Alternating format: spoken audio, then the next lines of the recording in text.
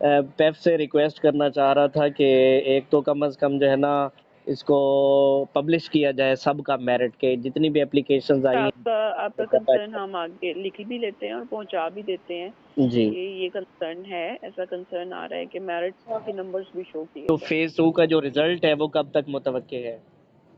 तो केस 2 के रिजल्ट पे भी काम चल रहा है, ठीक है। उसकी कोई कट ऑफ डेट अभी अनाउंस नहीं हुई, अभी कोई टेंटेटिव डेट भी नहीं है, क्योंकि there are 1000 numbers of applications जिन पे भी काम चल रहा है।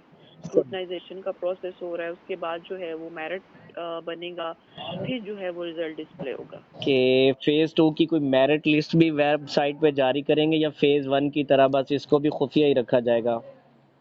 सर आपको किसने कहा कि फेज 1 की तरह इसको खुफिया रखा गया, फेज 1 को खुफिया रखा गया? स्कूल किसी और को मिल गया, कितना मेरिट बनता था और उसका कितना मेरिट बनता था, क्या डिफरेंस था, मुझे कैसे पता चलेगा?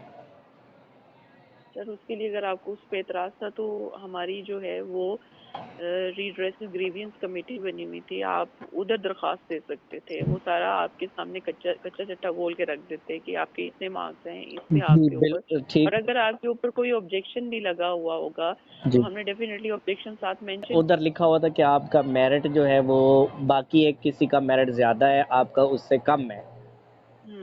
तो तो सर अगर आप फर्दर मैं इसको ये जानना चाहता, अगर करते। 575 80 बन रहा है तो उसका इससे साफ ज्यादा था।